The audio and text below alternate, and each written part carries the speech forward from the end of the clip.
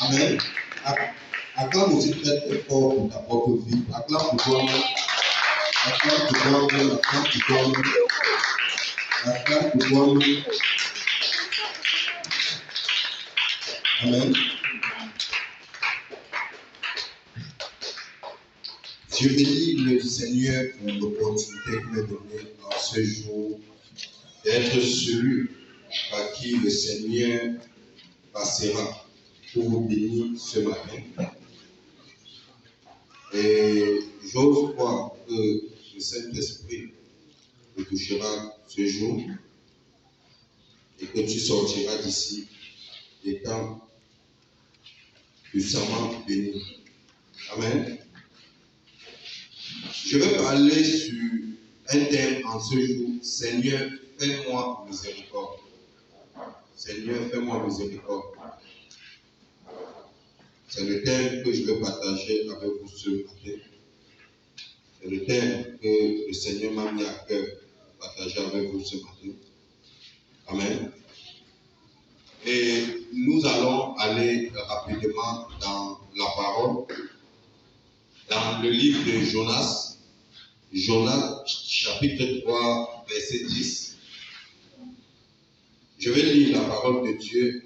Si tu peux te mettre debout pour donner honneur à la parole, mets-toi sur tes pieds. La Bible dit dans le livre de Jonas, chapitre 10, Dieu vit qu'il agissait ainsi et qu'il revenait de leur mauvaise voie. Alors Dieu se repentit du mal qu'il avait résolu de leur faire et il ne le fit pas. Amen. Amen. Ouvre ta tête où tu es et prie que ce message ce matin soit ton message. Ouvre ta tête et dis Seigneur, laisse ce message pénétrer mon âme et que ce message me soit adressé. Au nom de Jésus. Amen. Amen. Est-ce que tu peux t'asseoir?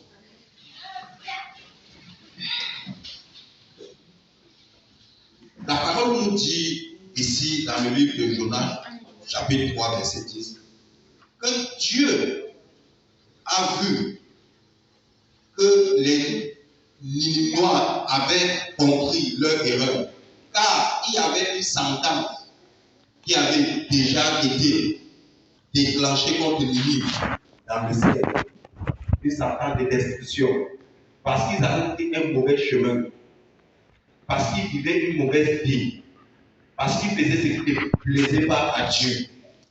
Et Dieu s'était résolu à détruire cette ville. Et lorsque Dieu a envoyé Jonas, et que Jonas a annoncé à la population de Ninive de se repentir, de revenir au Seigneur, d'abandonner leur mauvaise voie, et que la population a adhéré, Dieu dit ici, dans Jonas, chapitre 3, au verset 10, qu'il l'a vu, ils ont compris qu'ils étaient sur le mauvais chemin et ils ont décidé de revenir sur le bon chemin. Et il a résolu d'arrêter la sentence de destruction qui était portée sur leur vie. Ce matin, le Seigneur veut arrêter la sentence qui est sur ta vie par rapport au chemin que tu as pris, qui n'est pas le chemin de Dieu. Nous vivons une vie sur cette terre auquel nous pouvons nous égarer de temps en temps. Ça peut arriver de t'égarer. Ce qui n'est pas une bonne chose. Mais ce qui est bien, c'est de pouvoir te relever. C'est de pouvoir comprendre, savoir que tu es en train de t'égarer, tu t'es égaré. Et de revenir sur le bon chemin. Il n'y a aucun homme sur la terre qui dira qu'il est saint. Mais ce qui est important est de reconnaître qu'on s'égare. Les habitants de Ninive avaient compris qu'ils étaient en train de s'égarer. Ils ont décidé de se repentir et de revenir sur la bonne voie. La nous dit dans le livre d'Apocalypse 2 au verset 4, le Seigneur pourrait parler et dire, ce que j'ai contre vous, c'est que vous avez abandonné votre premier amour. La colère de Dieu vers ses enfants est lorsque ses enfants oublient qu'il est Dieu, oublient qu'il s'est donné, qu'il s'est sacrifié pour lui. Ce qui fait le plus mal à Dieu est de voir ses enfants se détacher de lui, est de voir ses enfants l'abandonner et prendre un chemin concret au chemin qu'il a prévu pour nous. C'est la raison pour laquelle il dit, ce que j'ai contre vous, c'est que vous avez abandonné votre premier amour. Et ton premier amour, c'est Jésus-Christ. Lorsque tu abandonnes la voie de Christ, lorsque tu abandonnes la voie de Jésus, tu abandonnes Dieu.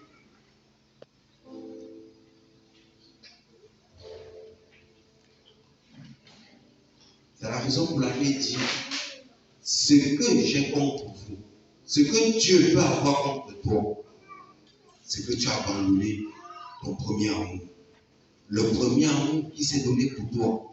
Le premier amour qui a accepté porter tous les fardeaux pour toi. Le premier amour qui a accepté donner sa vie pour toi. Esaïe pouvait dire, par ses mains dessus, il a accepté d'être frappé. Il a accepté d'être insulté. Il a accepté d'être maltraité pour toi. Si ce n'est pas par amour, pourquoi quelqu'un accepterait de prendre toutes les douleurs pour toi? Pourquoi quelqu'un accepterait de souffrir pour toi? Ce n'est que par amour qu'on peut accepter la souffrance pour l'autre. Ce n'est que par amour qu'on peut accepter d'être insulté, maltraité pour l'autre personne. C'est la raison pour laquelle le Seigneur dit, ce que j'ai contre toi, ce que j'ai contre toi ce matin, c'est que tu as abandonné ton premier amour. Ce message s'adresse en particulier à quelqu'un ce matin. Et le Seigneur veut toucher la vie de quelqu'un ce matin. Le Seigneur veut impacter quelqu'un ce matin. Dieu veut agir dans ta vie. Il veut se manifester dans ta vie ce matin. Le Seigneur t'aime. Il t'aime énormément. Dieu n'est pas contre nous. Dieu n'a rien contre nous. La seule chose qu'il demande, c'est notre amour. C'est la raison pour laquelle le premier commandement que Jésus pouvait donner est, tu aimeras ton Dieu de tout ton cœur, de toute ton âme. Tu aimeras ton Dieu plus que ta propre vie. C'est la seule chose que Dieu demande. Et le deuxième est semblable au premier. Si tu aimeras ton prochain comme toi.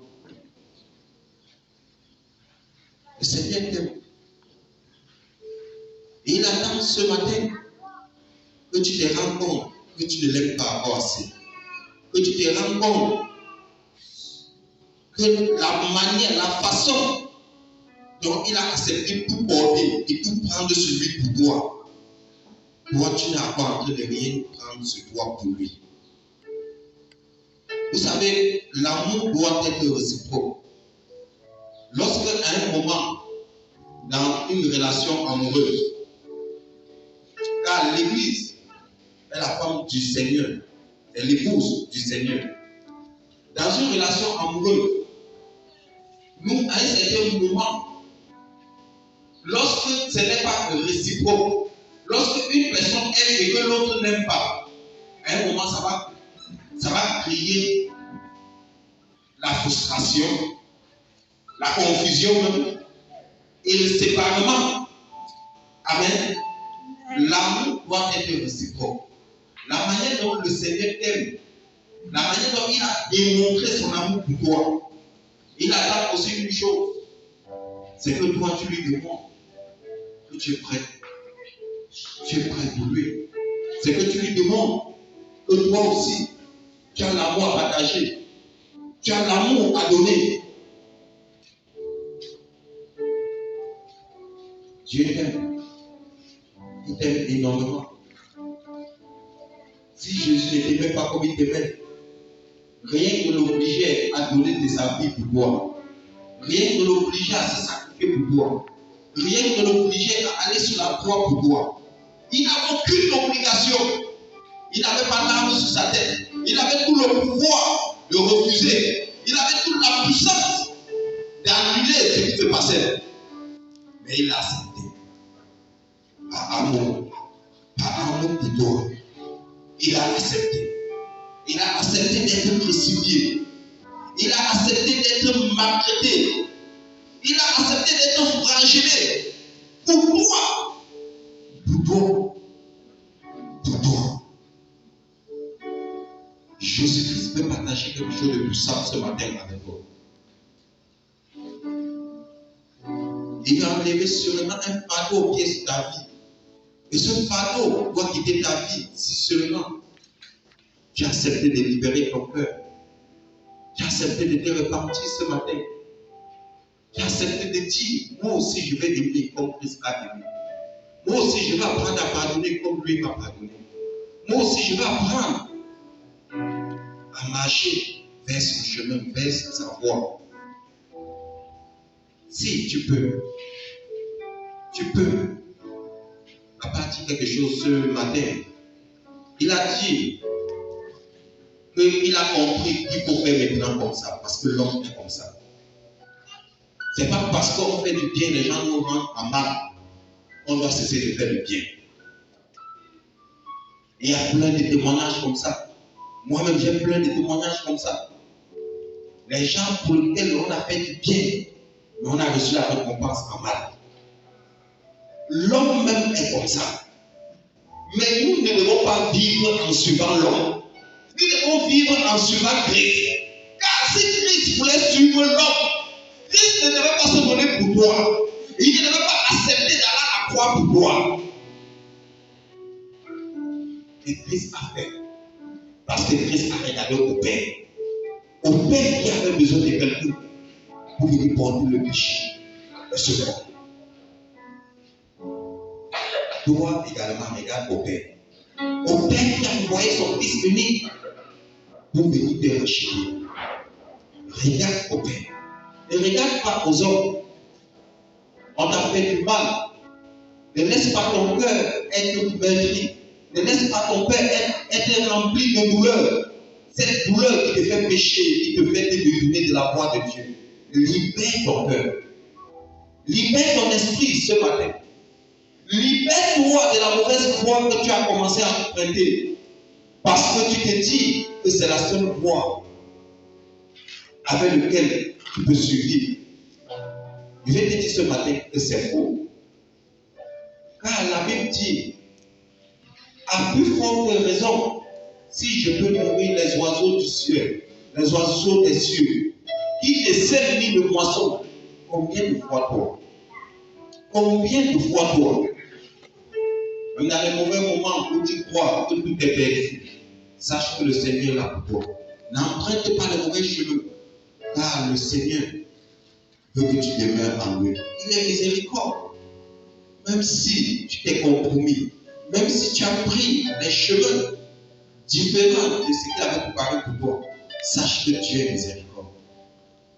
S'il a pu pardonner à un peuple qui n'était pas son peuple, car il n'était pas le peuple de Dieu, mais Dieu s'est souvenu d'eux, a voulu les épargner. C'est la raison pour laquelle il a envoyé Jonas. Jonas a refusé d'aller à Ninive. Pourquoi? Parce que Jonas se plaignait que c'est même pas ton peuple, c'est un peuple païen. Pourquoi tu veux les sauver? Pourquoi tu veux les racheter? Si Dieu a pu se souvenir d'un peuple païen, il les a rachetés et a évité la destruction de ce peuple. Ce matin, tu peux également être racheté. Ta faute peut être pardonnée ce matin. Ton erreur peut être pardonnée ce matin. Je ne sais pas qu'est-ce qui est dans ta vie qui attire la colère de Dieu sur ta vie. Je ne sais pas si c'est le vol. Je ne sais pas si c'est la fornication. Je ne sais pas si c'est le mensonge. Je ne sais pas ce que c'est. Mais je sais une chose, c'est que le Seigneur peut encore me récupérer ce matin. Parce qu'il dit dans sa parole, ce que j'ai contre vous, c'est que vous avez abandonné votre premier amour. Et ce que Dieu veut ce matin, c'est que tu reviennes à lui. Laisse cette voie, le chemin de la chair, le chemin qui te conduira à ta paix. Abandonne ce chemin, abandonne cette voie et commence à regarder vers le Père. Comme Christ a regardé au Père pour venir pour toi, toi commence à regarder vers le Père. Laisse le mensonge, laisse la fornication. Les femmes de ce monde ne finiront pas. Concentre-toi sur ce qui est important pour toi. Ne laisse pas les désirs de ta chair te conduire vers la volonté contraire de Dieu. Ne laisse pas la peur faire de toi un menteur. Et tu deviens un grand menteur et tu es contre la volonté de Dieu. Ne laisse pas le vol. Tu passes ton temps à tout voler, tu voles tout, à tout ramasser. Dieu n'aime pas ça. Cela est contraire. C'est contraire à la volonté de Dieu. Ninive, les habitants de Ninive faisaient ce qui n'était pas bien au Seigneur. Faisaient ce qui était contraire à la volonté de Dieu. Mais ils ont décidé de se repentir. Ils ont décidé de reconnaître leurs fautes et leurs erreurs. Ils sont revenus à leur Père. Ils sont revenus à Dieu. Ils ont accepté de reconnaître qu'ils étaient en erreur. Ils ont confessé leur péché. Et la Bible nous dit, dans le texte que nous avons lu, dans Jonas 3, verset 10, que Dieu a résolu de ne plus les frapper, de ne plus les détruire. Ce matin également, Dieu peut se souvenir de toi à travers ta repentance. Il peut te libérer du fardeau de malédiction, du fardeau de destruction, du fardeau qui était sur ta vie et que le péché a engendré. Ce matin, le Seigneur peut également te reprendre.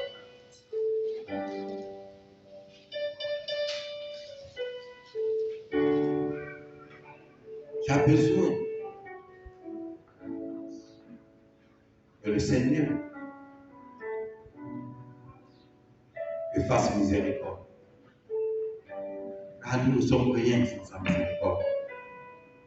C'est la raison pour laquelle son nom est également miséricordieux. Tu as besoin qu'il te pardonne de tes mauvaises voies, des chemins que tu as empruntés. Ils ne sont pas ces chemins. Tu as pris les voies contraires à ces voies. Mais ce matin, Dieu veut te reprendre.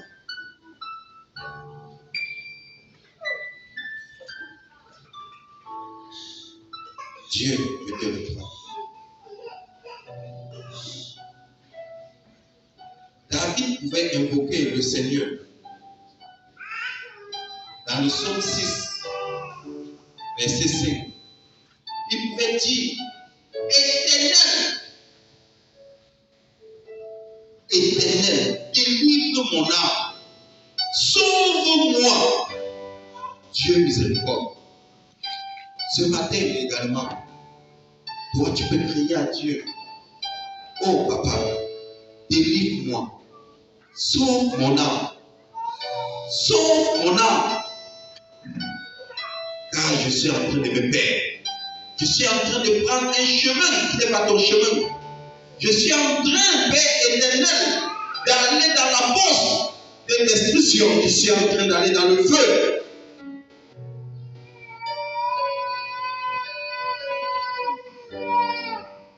Le Seigneur peut te reprendre. Il peut te reprendre. Le Seigneur t'aime. Il t'aime énormément. L'Éternel t'aime. Si nous pouvons lire dans le livre de Jérémie 4 au verset 1, si quelqu'un a sa Bible, s'il peut lire dans Jérémie 4 verset 1. Si tu as ta Bible et que tu peux m'aider avec la lecture. Jérémie chapitre 4 verset 1.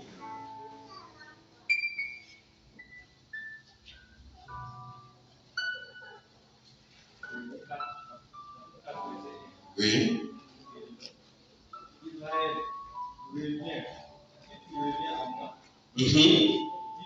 Israël, reviens. Si tu reviens à moi, dit l'Éternel, si tu ôtes tes abominations de devant moi, tu ne seras plus errant. Oh, j'aime la parole du Seigneur. Il dit Israël, reviens à ton Dieu.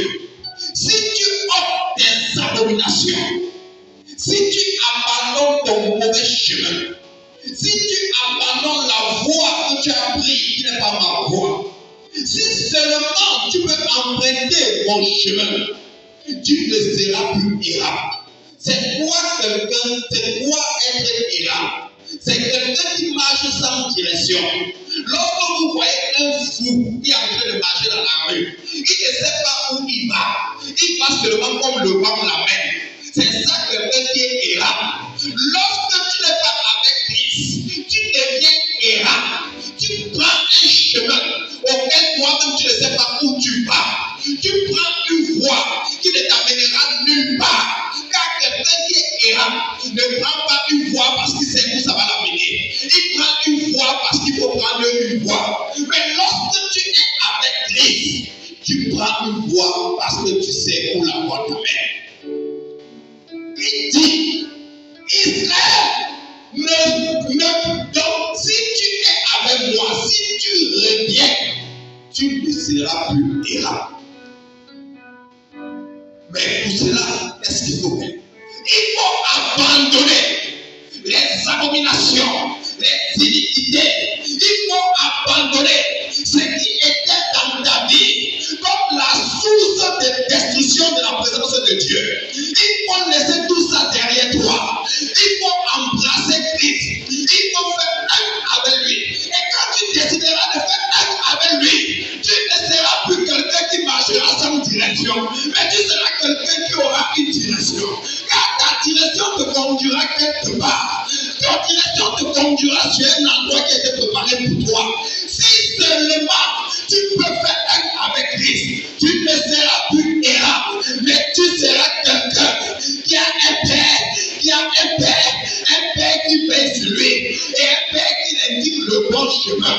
Oh, je t'annonce ce matin, la manière dont tu décideras de changer ta direction et de suivre la bonne direction et de suivre le chemin de ton Dieu, le chemin de celui qui s'est donné pour toi, Jésus-Christ de Nazareth. C'est de cette même manière, c'est de cette même façon qu'il formera avec toi un, et tu ne seras plus quelqu'un qui marche sans direction.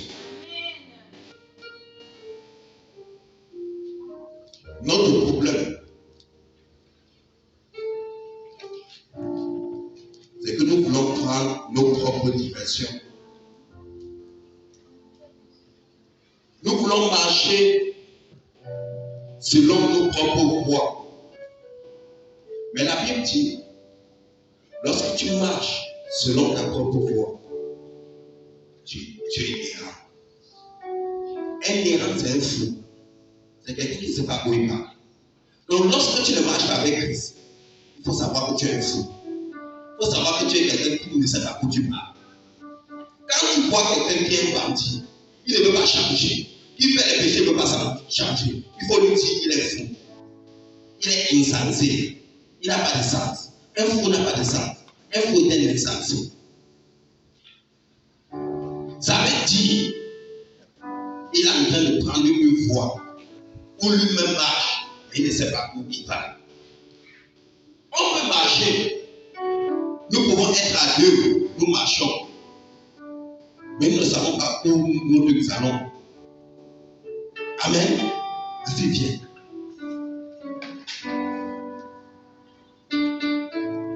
Elle marche. Marche, tu vas là. Elle marche comme ça. Et moi, je marche comme ça. Moi, je sais que je vais vers mon père. Mais elle ne sait pas où elle va. Il y a un mur devant elle. Elle finira par se conduire au mur. Parce qu'il n'y a pas de direction. Mais moi, je sais où je vais. Je vais vers quelqu'un qui me donnera quelque chose, qui a préparé quelque chose pour moi. Toi, quand tu marches, où vas-tu? Où vas-tu? Ne sois pas errant. Quelqu'un qui est errant, c'est quelqu'un qui a perdu sa voie avec le Seigneur. C'est quelqu'un qui a perdu la présence du Seigneur dans sa vie. Il marche, mais il ne sait pas où il va. Il marche sans direction. Reviens à ton Dieu. Le Seigneur parle à son peuple ici. Il dit, revenez, Israël, reviens. Israël, reviens. Abandonne le chemin qui te conduira au mur, mais cherche le chemin qui te conduira à ton Dieu.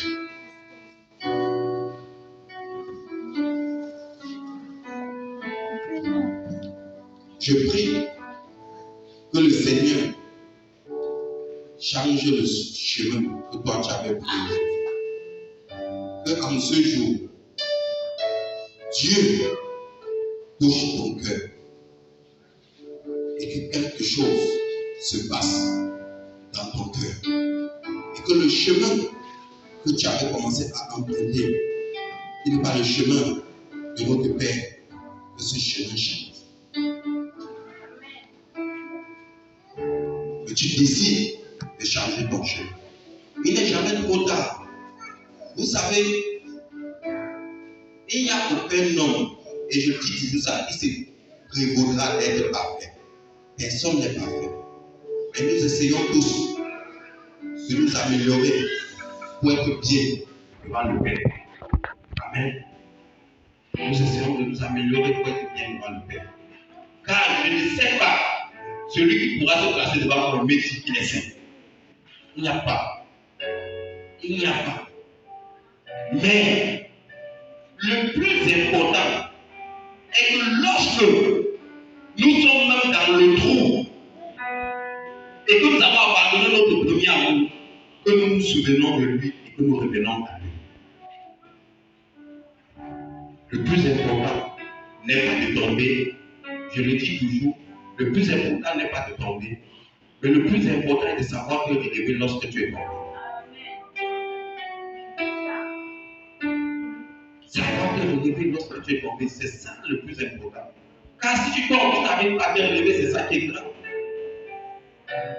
Je ne demande pas à quelqu'un de tomber, mais je dis, parce que nous sommes hommes, ça peut arriver qu'on tombe, mais lorsque tu es tombé, sache t'es relevé. Sache revenir au Seigneur et lui dire, papa, j'ai fauté. J'ai fait ce qui n'était pas bien à tes yeux. Je me suis égaré. Je te demande pardon. Je te demande pardon. Reprends-moi. Reprends-moi. Reprends-moi. Tu es mon Père. Reprends-moi. Amen. La Bible nous dit dans le livre de Osée, chapitre 14, verset 1. La Bible dit dans Osée, chapitre 14, verset 1, la Bible dit, Israël, reviens à l'Éternel ton Dieu, car tu es tombé par ton iniquité. Vous savez, Osée était en train de parler et il disait au peuple. Il s'adressait au peuple d'Israël. Et il leur disait, Israël, vous êtes tombés. Comme j'ai dit tantôt, le plus important n'est pas de tomber, mais le plus important est de relever. Un enfant qui fait 4 pas, quand il essaie de marcher, quand ça arrive qu'il tombe, s'il se relève et réessaye, il finira par marcher. Si ça arrive que tu tombes et que tu peux te relever, tu finiras par marcher debout sur le chemin du Seigneur. Mais si tu décides de rester à terre, il y a des enfants qui ont décidé de rester à terre parce qu'ils avaient trop peur de marcher, parce que quand ils s'est levé, tombaient, ils ont mis assez longtemps avant de marcher à cause de la peur. Mais ce matin, le Seigneur veut que tu te relèves. Tu es tombé. Tout homme peut tomber. Il n'y a pas d'homme Superman sur la terre qui ne dira pas qu'il ne peut pas tomber. Mais relève-toi. Relève-toi. Ce matin, décide, prends cette décision de te relever. Et de ne pas seulement te relever, mais de te relever pour ne plus tomber. Prends la décision.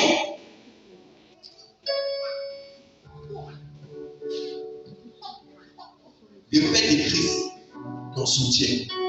De faire de Christ ton appui. L'appui qui t'empêchera de tomber.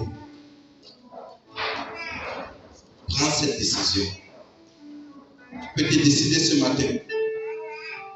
Je vais finir avec ce passage avant qu'on ne prie. Si quelqu'un peut lire pour moi dans le livre de Zacharie, chapitre 1, verset 6, verset 16, avant qu'on ne prie. Zacharie, chapitre 1, verset 16. Est-ce que quelqu'un a trouvé?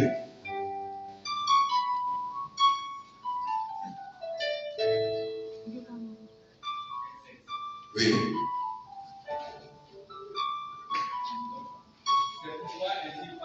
C'est pourquoi ainsi parle l'Éternel. Je reviens à Jérusalem avec compassion. Dieu dit, il revient à Jérusalem avec compassion. Le Seigneur revient aujourd'hui dans ta vie avec compassion. Il revient vers toi aujourd'hui avec compassion.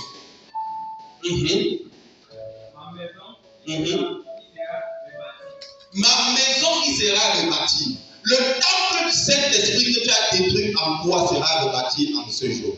Pendant nos moments de prière, la maison de Dieu, ton corps, qui est son temple, sera rebâti en ce jour. Tu as sûrement laissé détruire la présence du Saint-Esprit en toi. Tu l'as tellement attristé qu'il a fini par s'en aller car tu as détruit sa demeure. Mais en ce jour, Dieu qui revient avec compassion rebâtira ce que tu as détruit du jadis. Et le cordon sera étendu sur Jérusalem. Tu vas te mettre sur tes pieds ce matin et nous allons prier. Tu vas te mettre sur tes pieds ce matin et nous allons prier.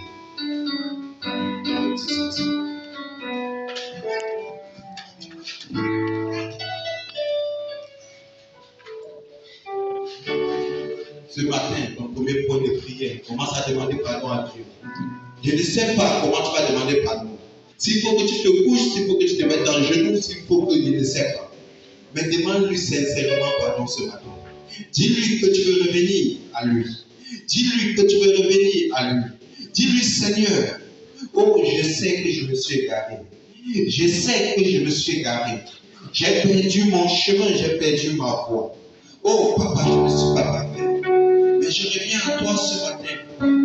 Implorer ta miséricorde. Père, reprends-moi. Reprends-moi. Je me suis égaré. J'ai laissé Père éternel, papa. Les désirs de ma chair, j'ai laissé Père éternel, mon aide. Depuis ta demeure à moi. Père, demande pardon, mon Dieu.